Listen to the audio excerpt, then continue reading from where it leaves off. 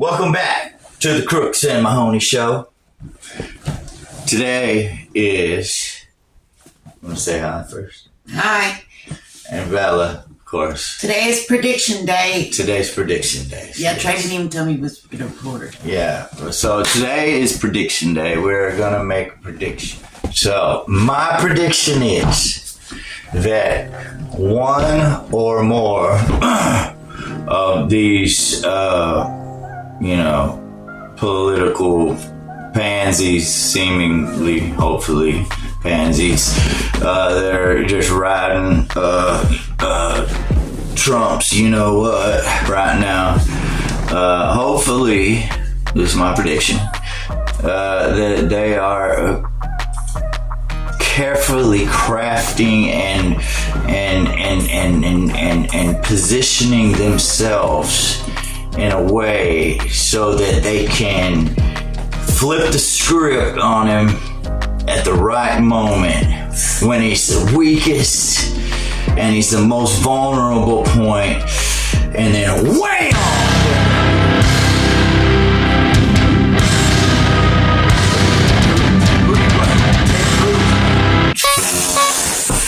Teddy, come on, Teddy.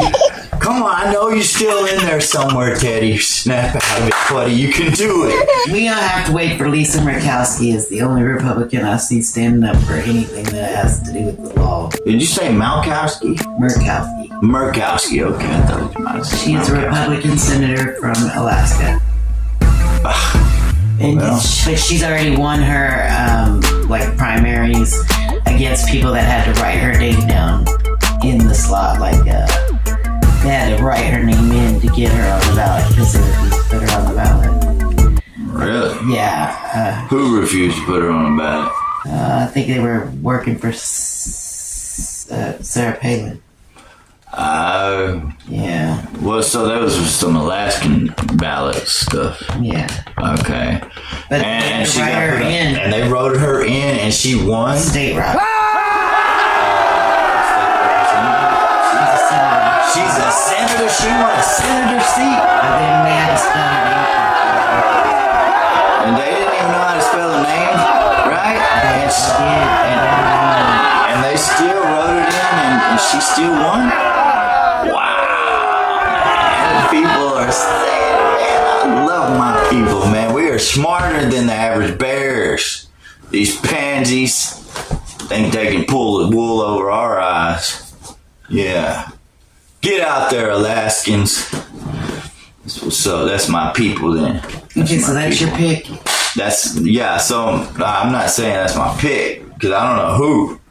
It could be several of them. They could be all in this together, trust apparatus type thing, that the Democrats were talking about. You never know what's up the sleeves of all these kids. I've heard a lot of enemies of Trump suddenly just, lay it down. Maybe there's some secret plans in store for old Trumpster. We'll see. Yeah. But that's my prediction. We'll see. What's your prediction? Prediction day. My prediction is that his horrible cabinet is not even anything that we even can know about yet, because this is so the horrible. A. Oh yeah, these are the A people. Wait, sexual predator is going to be a gift by the time we get to his term. Sexual predator is probably going to be the best we gonna get. Oh, so people be wishing for a sexual predator. Yes. Oh, I see what you're saying. Yes. Well, see, this is called, it's probably in his stupid book, Art of the Deal or something, right? It's real common sense, you know what I'm saying? So anybody who negotiates ever, to me, it's common sense. You would never come to the table with your first offer being what you'd settle for. Basic, card playing, gambling.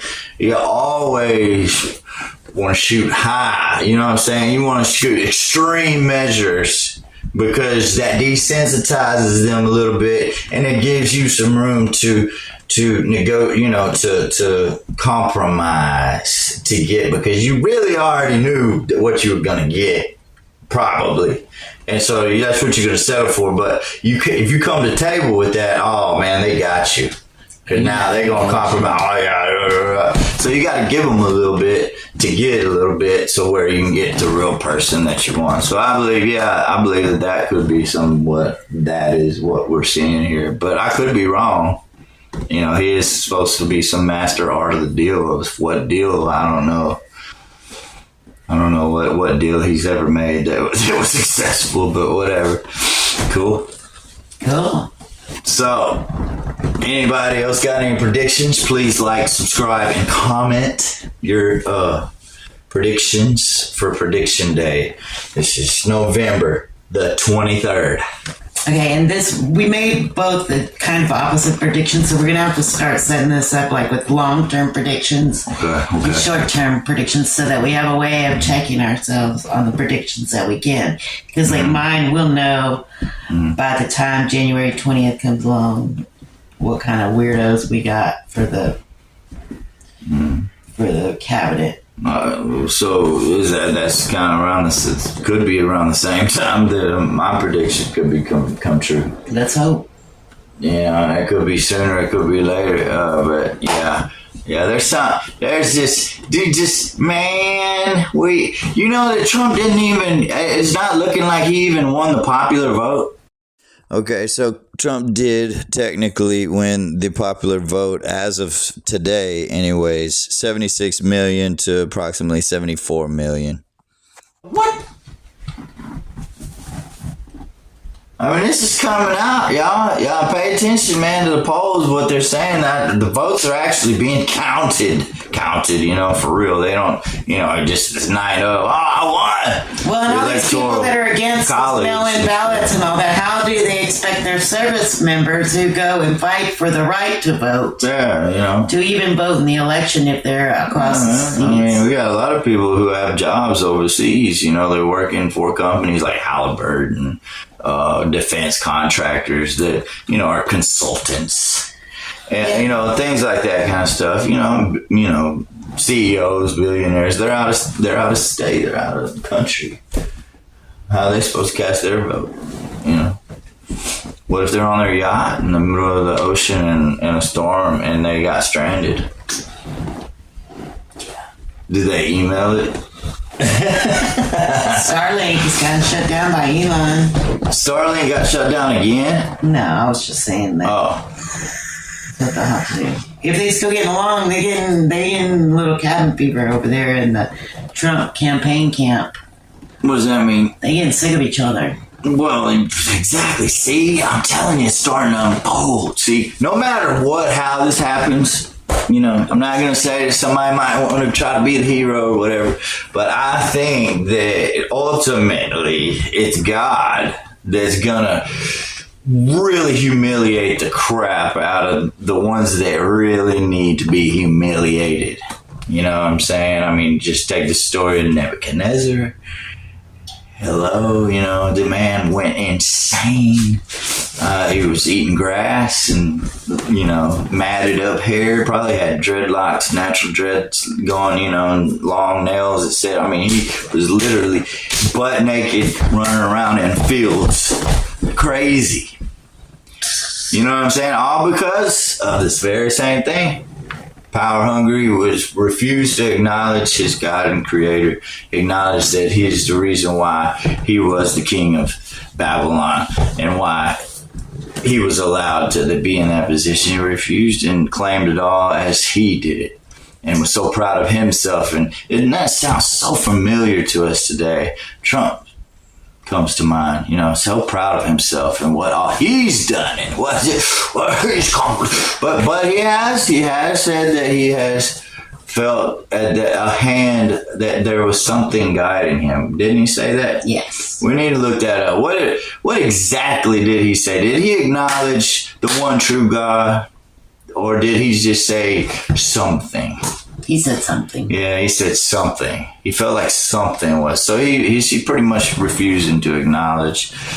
In my book, anyways. Maybe he's trying to skate by, you know. Well, he was starting to get nervous. Yeah, maybe so. But you know what I'm saying? Hey, man, the truth will always come to light. And you're looking a little antsy over there like you're tired of me talking. So I'm going to shut up.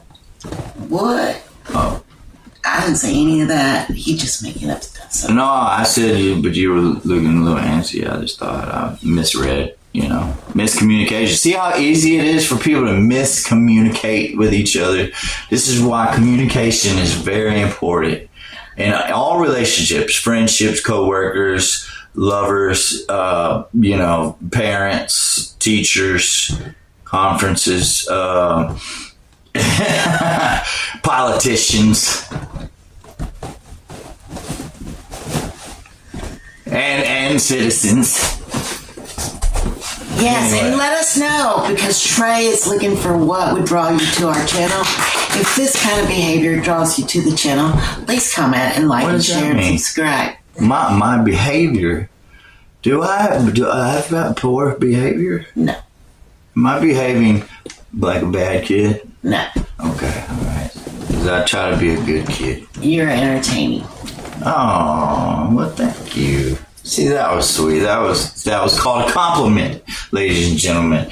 We don't give those too often. Trump seems to know how to give them very well to when he wants something from somebody. But For a moment. yeah, for a moment. Then he somehow seemingly just Stops wow. all over that. Yes, yeah, wow, like really disrespects the crap out of them, and humiliates them. And Well, it's crazy how he does all that. And when you take in the class How to Be a Dictator, when you learn it from Vladimir Putin, I guess it does help that they put naked pictures of your wife up the day after you get elected to the President of the United States. And that is one way to mess with a man's brain, and I'll tell you that much for a Donald fact. Trump doesn't care about his wife any more than he cares about anybody else. I don't feel like he really does. I think he thinks he's got, he's got plenty of wives, so to speak, if he wanted. I don't know what He likes thinks. sleeping with his friends' women. Oh, snap. What? 10-yard penalty, 15-yard penalty, personal foul on the offense. 15-yard penalty. I Yeah, said that. I have Jeffrey Epstein on tape talking about it, but as well as several books that detail this about Donald Trump over the years. Long term. Yes, so it's not even like, I mean, I can't prove it, but they did prove that he slept with,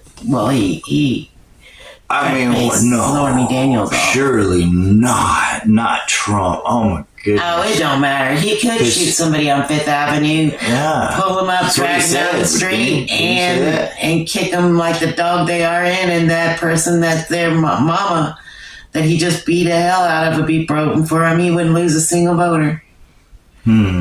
He is very actually honest, believe it or not, as much as he does lie. Yeah. I mean, well, a lot of politicians kind of do that in a way.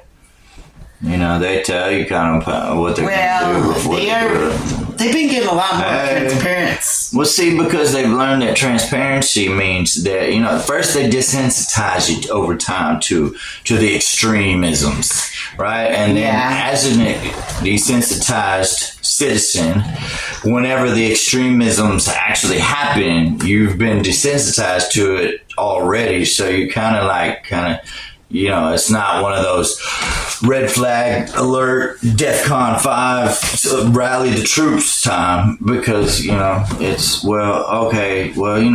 already knew this was probably going to happen. So, not yet. At what point does the water start to boil and it's too late? You know what I'm saying? That's what you got to ask yourself. You know what I'm saying? And where are we drawing lines here? We got to draw lines. Somewhere in the sand. Right and wrong, there is, only one line. Right and wrong. Yes, but we ain't gonna have no lines soon enough, because they really messing with the Department of Education is like their first goal. And Yeah, they want to do away with it. They want people to worship Trump in Oklahoma, but, one dude did anyways. All kinds of weirdness going on there. But, I'm sorry, did I interrupt you again? no, anyways, but all the weirdness. Watch, I bet you the thing is that so they can make it legal to have sex with children. That's pretty sick. Now, that's about as sick as you can get. And I think that, boy, I'd love to see them get their day in some prison justice. Well, if we ain't going to hold nobody accountable, I mean, a lot of these people, like Matt Gaetz, the reason why he shouldn't have been a pick for the Attorney General was because he was having sex with 17-year-old girls, bringing them across country. Maybe he needs to bring them to Texas prisons. Maybe that's what the prison. Well, he's from Florida. He can do his time in Florida prison. I've heard, I don't know. I ain't never been in Florida prison, but I know Texas prison is pretty rough. So unless you're Jeffrey Epstein, you have a pretty rough time here. We have a famous prison TV personality that went for doing a kid, Josh Duggar. He's like on the Sister Wives, but they have 19 kids and counting. It's like a lady that had all what in the world? Kids. And he did time in Texas. He's doing time in Texas right now in some prison. Well, I will say this: PREA did change a lot of things. Prison Rape Elimination Act, which I agree with. You know, there's no reason to rape people. But, you know what I'm saying, there's some other ways that justice seems to just happen in prison. You know? Yeah, that's why I'm against the death penalty. You know, just injuries happen. You know, people fall downstairs and fall off their bunks. And anyway, did I say too much? I might not have said, I shouldn't have said all that. Anyways, yeah, beatings happen. But, you know, that's prison justice, baby. Yeah, I'm not for that kind of stuff. But that's why I'm against the death penalty. Because if somebody whooped their boo-hiney back when they was younger, maybe they wouldn't be acting so stupid. So maybe that's what they need is a good old-fashioned boo-hiney whooping. Well, yeah. Now, I ain't saying I'm going to be the one to do it. I'll probably get my boo-hiney whoop trying, but I'll try. I'll try. Help me. Well, if you want to destroy somebody else's life and your own, maybe you ought to just feel what it's like to get your own destroyed every day, daily. I don't know what that means to me. Prison justice. Prison justice. What does that mean? That means like when they commit their crimes against, usually it's kids or whatever, they wanted them people to feel a certain way to give them whatever power they wanted. Well, they should get to give somebody else that same gift that they stole from somebody else. You talking about being somebody? Yeah. Oh, okay. Yeah. Well, you know, I've heard of it. I don't know what that's like, but I heard of it, and yeah, you don't know. No, I shouldn't comment on things like that with PREA and everything. Now, but yeah, I'm sure it happens. But they have this horrible thing that gets abused all the time, and it's called PC. Protective custody. They like to put those little weirdos in those. Yeah. Oh yeah, but I will say, being in prison at all is a punishment in itself. Being locked in a cell for years, and for months at a time, man. I mean, that really messes with a man's head. So, I mean, it's all in how you look at things, man. I mean, God gave me grace. He gives us grace all the time. I'm not the first one to judge anybody, but there's just some things that just I hold dear to my heart, and I think the Lord does too. And that's kids, man. The children are special, man. You don't mess with the children, man. It said it better be better for you to tie a millstone around your neck and be cast into the sea. I mean, if Jesus said that. And he's the one who was like praying, God, forgive these idiots that are beating me to death right now, for they know not what they do. That kind of love. But yet he still says, hey, their angels never cease to see the face of God. Don't mess with them kids. You better not mess around and find out. Mess around and find out. Oh, justice will occur. You better believe it. Justice does happen. And it will happen in this life or the next. More like in this life and the next. Just saying. Get ready. Get ready, because there's a reckoning. Oh, I'm sorry. There's a reckoning. See how she don't even flinch anymore. See, I've been working on her. We're getting her combative skills back in order. You know, she's ready for a doomsday prep. You know, we're ready, man. We're ready to take it on. Bring it on. Yeah, we got to get our knife throwing good going. She likes axes. I've never thrown an axe before. Actually, I think I have thrown an axe once. But I've thrown knives. Knives are fun to throw. I think axes help kill ant zombies. And when you split their head open, they can't really walk. But it's just, wow. Just knowing that a woman standing close to me with an axe, it just bothers me a little bit. Even with knives, but throwing things, sharp objects. I'm not throwing them at you. Well, you never know. I might be right next to the zombie, and you have to get him, and I'm fighting another one, and man, I hope you throw them axes good. We're gonna find out. Anyways, we gotta go. See y'all later. Predictions. Don't forget your predictions. So what's gonna happen next? Oh, and what weapon would you take into the apocalypse? What weapon would I take into the apocalypse? And not funky weapons. Let's come up with some creative ones, like the axe. Axe throwing seems to be a great. I was thinking a samurai sword, or that's heavy. A samurai. It's not that heavy. Samurai sword is not that heavy. A true samurai sword? Are you crazy? Man, you could chop a body 13 ways in half. One swipe. Anyways, either that or not a bow per se, but a crossbow. Yeah, I like the crossbow action, man. Seems like pretty cool. Yeah. One of those two things, or maybe both. Anyways. Crossbow's pretty good. I'm definitely thinking weapons of mass destruction. Oh no, not that one. Well, if we go in true Putin style Russia, then we will have to learn how to leave poisons on the door handles. Oh my god! So we can. Oh my god! This is like watching Gone Girl or something. We gotta go.